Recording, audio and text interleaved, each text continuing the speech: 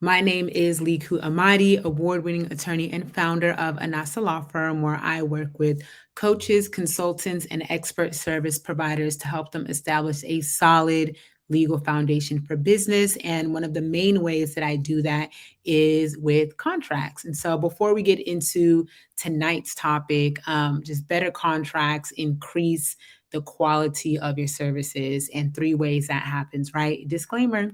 I am a licensed attorney. However, anything I say tonight on this live is not considered legal advice. It is legal information for educational purposes only. If you need legal advice, go ahead and contact an attorney such as myself so you can work with them one-on-one to get what you need. If you are joining live, go ahead and drop a fire emoji, comment for me. If you're catching the replay, let me know that you're catching the replay. And if you have any questions, drop them in the comments or send me a DM after you finish watching this. So quick live, the baby's asleep. We are here and we're going to do this. So hopefully he doesn't wake up.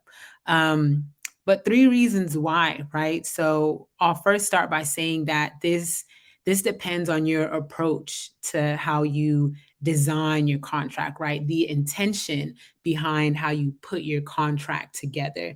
One reason why standard fill in the blank contract templates just don't cut it is because they have no intention behind them other than, check this box, fulfill this need for your business, right? You just have a contract in place because you're supposed to, but not really one with design and intention behind it, one that considers your services, how you facilitate them, your policies, the types of clients that you work with, boundaries, expectations, etc. Some of which we're going to be talking about tonight. So if you've been following my content for the last several weeks, you might see, and if you haven't seen this, then go back and check my page, but you might see that I have been talking about a program that I'm creating right now. It's called Legal Business Essentials, where I essentially am creating the holy grail for coaches, consultants, and expert service providers, speakers, strategists to have what they need in order to have a solid legal foundation for business, not just so that they're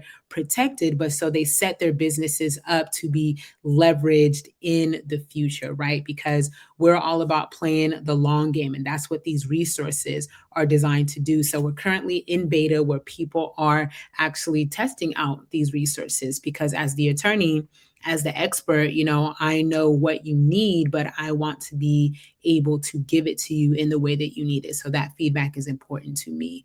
But anyway, these contracts are designed, these contracts in the program that people are testing out are designed with the intention of it being more than just fill in the blank, more than just completing the transaction, right? Getting the service in exchange for money. We want to make sure we have a quality client relationship, quality client experience, and that means for a quality service. So three reasons why having better, thorough, thought out contracts will make for a increased quality in your services and your client experience. Number one is having structure instead of making things up on the fly, right? You might know, or you should know, what you are going to do as far as facilitating a service. Maybe you have operations and whatnot, but there might be circumstances where, and I'll give you a specific example actually. There may be circumstances where, you haven't accounted for something or you haven't thought about something and just make something up on the fly, which results in you maybe doing extra work, right, that you did not agree to when signing the contract or asking extra of your client, right? And that can make for just a dent in the client experience, if you will. So before and I'm not working with this person currently, but I was seeking out a certain type of professional. And when I was asking this person questions about their package and their services, they kept saying like, oh yeah, we can do that too. Oh yeah, we can throw that in.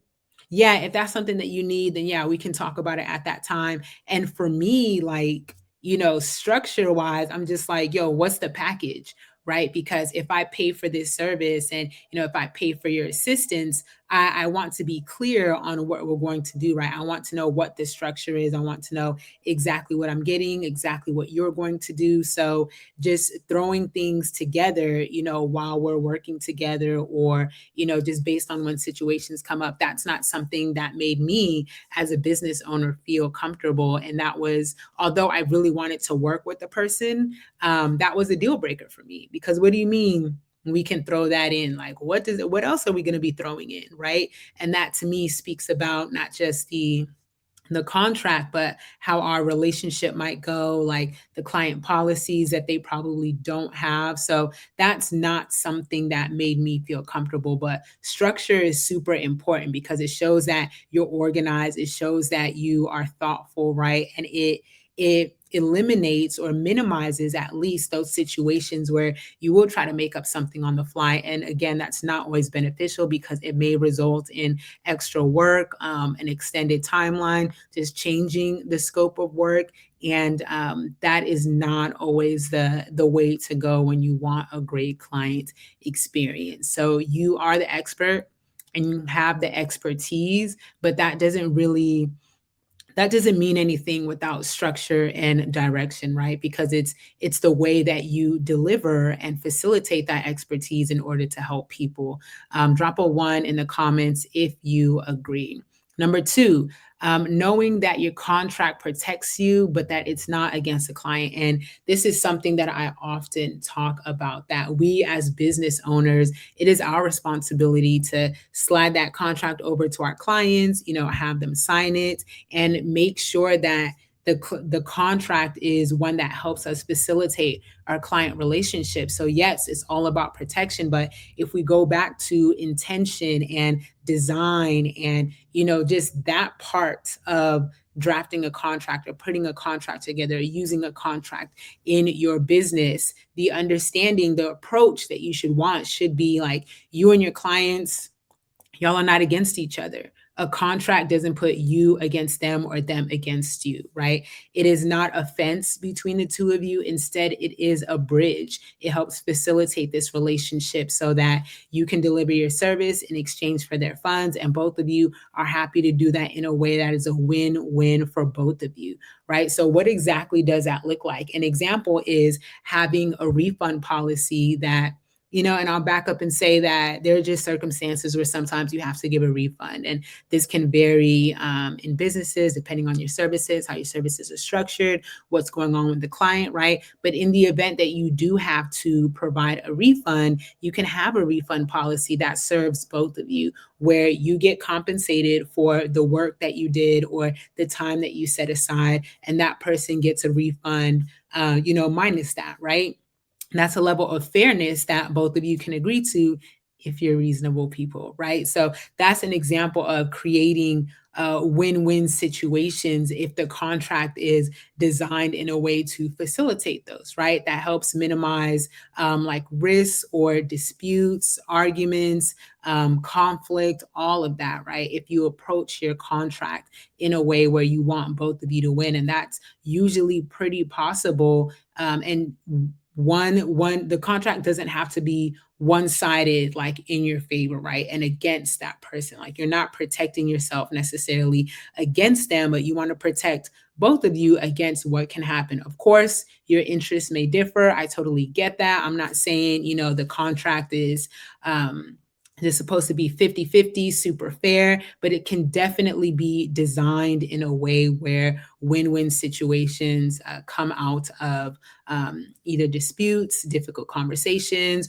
or just avenues where you didn't plan for your business relationship to go, right? Drop a two in the chat if you feel me on that one. And then the third one is setting expectations for your client.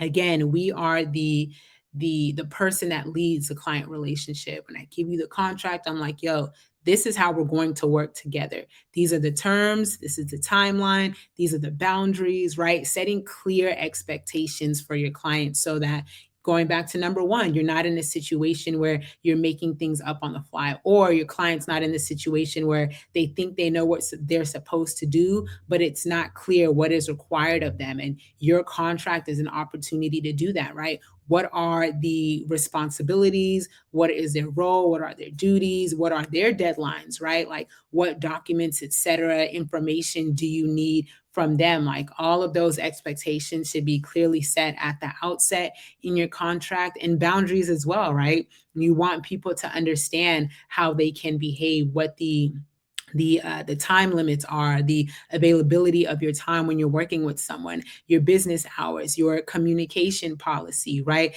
Anything about keeping documents and confidentiality, intellectual property, of course, right? You want to communicate these boundaries so that this person, when they sign the contract, before they jump in to start working with you, before they hand over your money, because generally, you want somebody to sign a contract before you collect their money, but that's another line for another day. They have the understanding of what is expected from them, and that just makes for a more seamless client experience. And these three things, and drop a three in the chat if you agree with number three, but these three things are what lead your clients to say, oh my God, it was so easy to work with them, or they made everything so easy, or, they took care of me, right? Because again, the expertise is one thing. Like you know what you're doing, right? Like you have your expertise on lock, but the delivery and facilitation of that via your service, that's a completely different thing. So people feel taken care of when it's not just like, yes, you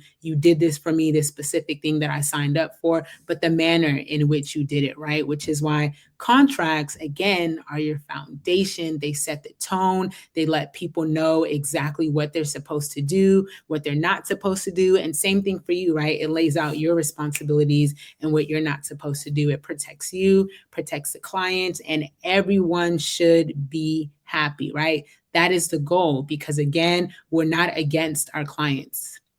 We ultimately want the same thing, and that is to have a quality client experience and get that service delivered and that money paid. So those are the three things right there. Again, I am building a legal resource for service providers, coaches, consultants, speakers, strategists, experts, right? So we can have these types of contracts so that we can use our contracts in a way that helps us facilitate our services in a quality manner, because we understand our own contracts. And again, we can slide them across the table to our clients from a space of confidence, of security, knowing that we have our contracts on lock and they're serving us in the way that they're supposed to, so that we can serve our clients in the way that we are supposed to. So we are currently in beta, like I said, where we have coaches, consultants, and service providers testing out these resources. And I'm super excited about the feedback that we're getting. Very, very insightful, because we launch in the fall.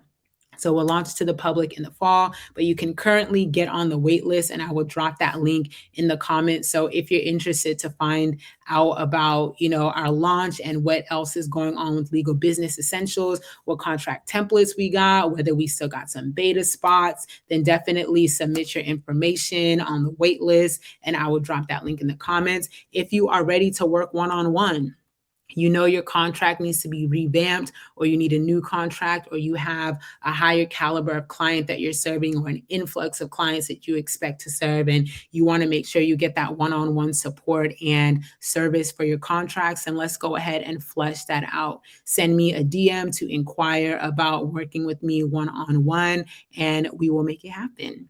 With that being said, thank y'all for joining. Rabia, I see you in the comments. Abhijit, tell me if I'm saying your name wrong. Please send me a DM and correct me, because I'm very sensitive about names. My name gets chopped and screwed all the time. But yes, thank y'all for joining. I appreciate it.